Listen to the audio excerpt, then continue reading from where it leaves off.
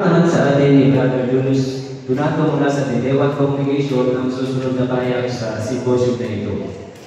Ang pamagat, gustong-gustong ihayag ng mabuting balita, isang gawa ng pagsamba.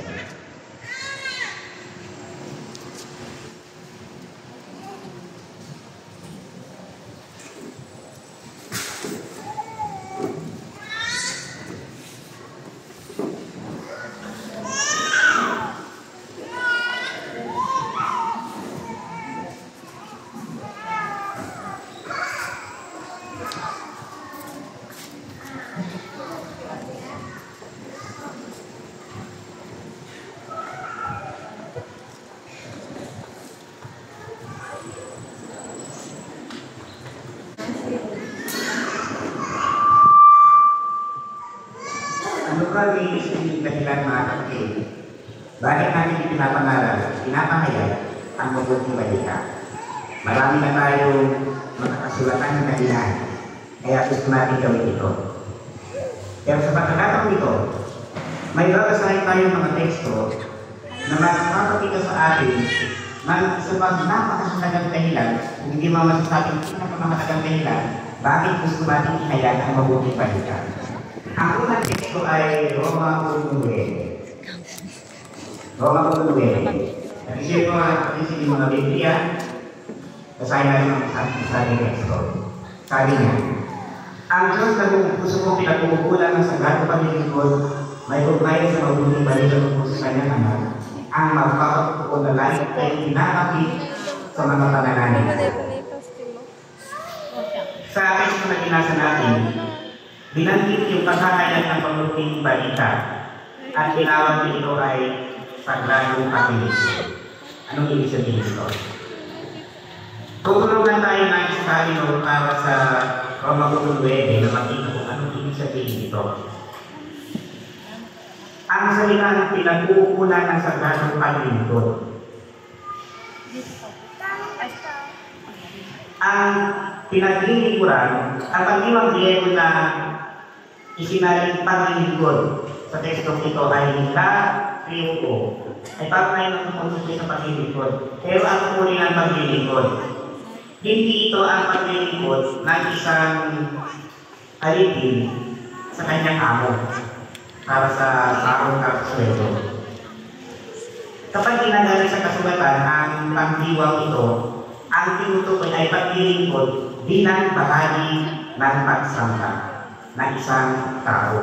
Kaya, ano itinuturo ng teksto ito? Nakuha natin, ang paghahayag ng mabuting balita ay isang gawa ng pagsamba.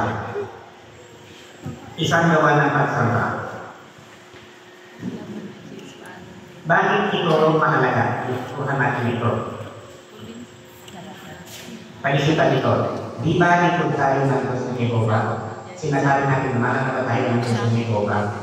Gusto natin na maging totoo ang pagsamba natin sa Diyos ng Jehovah. Ibig sabihin, kung lahat ng paraan ng pagsamba na hinihingi ni Jehovah, hinihintay natin para maging buo ang pagsamba natin. Nalaman natin ang panahayag ng mabuting balita ay bahagi ng pagsamba. Sa ibig sabihin, gusto din natin itinagyan ito para ipakita ng buo ang ating pagsamba kay Jehovah. Ang ikalawang teksto ay Hebreo 13:16.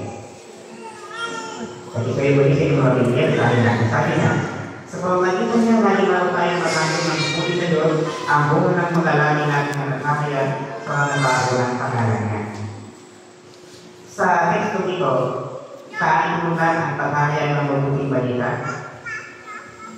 Inunan ito sa handog ng pagpuli sa Diyos. Hindi lang yung sinabi na pagpuli, handog. Kapag ginaging handog, ano naaalala niya mga kapatid? Itinaalaan sa atin ito yung pagkakaroon ng mga Israelita noon sa templo bilang bahagi ng kanilang pagsamba.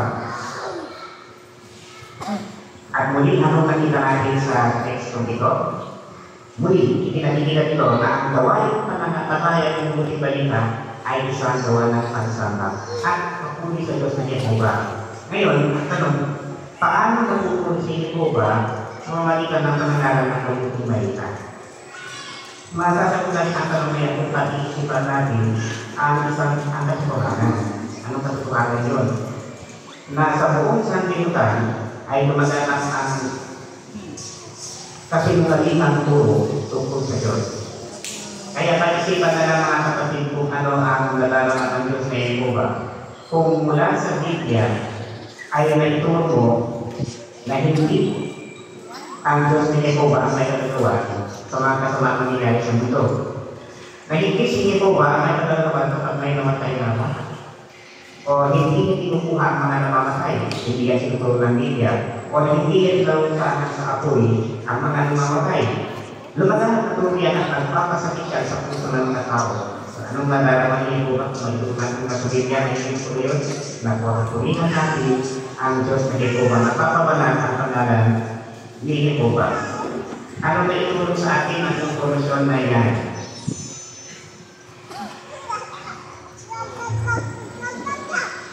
Maaaring maaalaala niyo ng mga kapatid lang kasama niyo sa ministeryo na hindi masyadong maganda.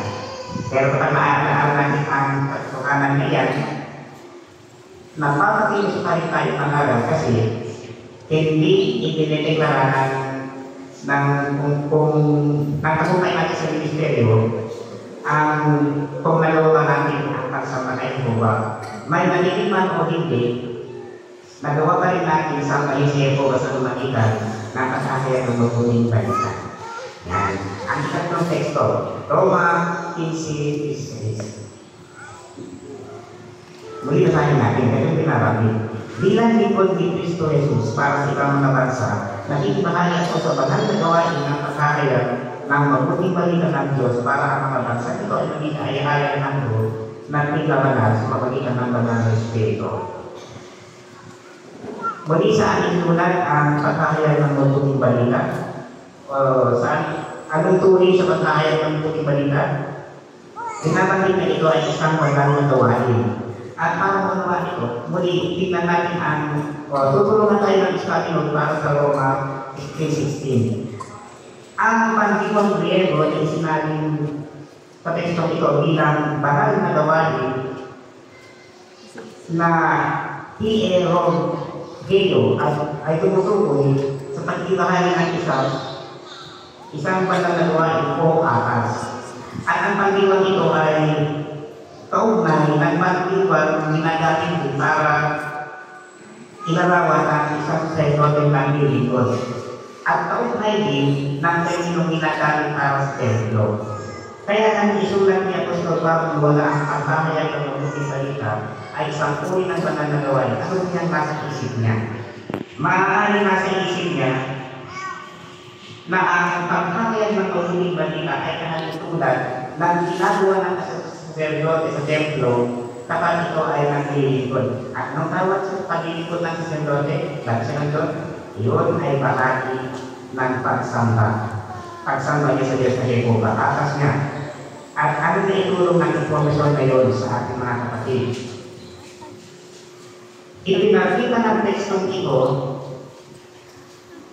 muli sa itong matatapon na ang pagkakaya ng mabuting balita ay isang uri ng pagsamba sa Diyos na Yehova. At balikan natin yung mga sacerdote o Israelita na nagkakantong noon sa bilangan ng kanilang pagsamba. Nagtutulong yun ng pagpapala sa kanila ng Diyos na Yehova. Ano ibig sabihin ngayon? Kung dadating natin ang ating buong makakaya sa pagkakaya ng mabuting balita, makakaasa pa rin ang nagpapalain ito ni Yehova at kung walang nagli. Makakaasa pa rin tayo na ang binigin na italim natin ng mangaral tayo hindi mawawala. Nandun lang yun. At ang binigin na nandun pwedeng patubuin o palabuin ni Yehova sa kaaya-ayang panahon ayon sa nakikita niya kahit hindi mo na ito nakikita. Ano sa siya kung nagaliman mo ng hindi nagtutukanan na hindi mo na kilala ngayon ay kilala ka pa rin niya at ipalaan ang ikaw ang nagtalim sa kanya ng bibig yun. Yan. Ang galing ang mga kapatid na natutuhan natin. Kaya sa video na ating pagmanood, tingnan natin kung paano nakatulong ang informasyon na ito para sa mag-asawa, para mangaral dahil gusto nilang mapasaya ang Diyos. Tama natin.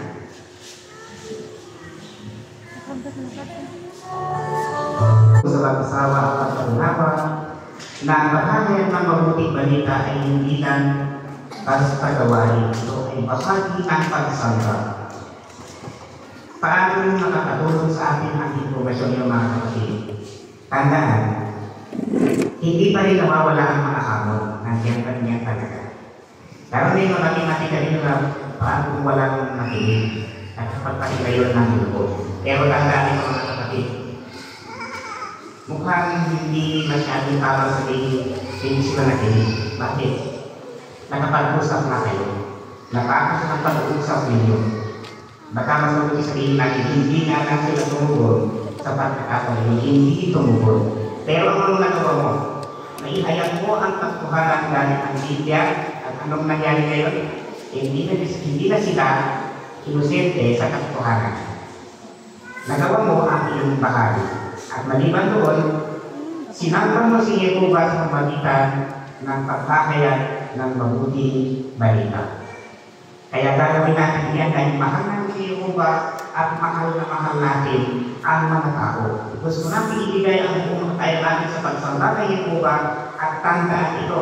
Sigurado na patunayan ito ng marami. Kung gagawin natin ito, ang totoo, magiging masaya ka. Sa kabilang balik, hindi naman tayo aasahan ni Jehovah sa ganitong talikad na gawain nang walang katulong. Kaya magiging mabuti kay Brother Nelson, kailangan ng Biblical Congregation habang iniharap sa atin ang huling kanilang sitwasyon. Gustong-gustong ihayag ang mabuting balita, malinanda at gamitin ang tamang tulong.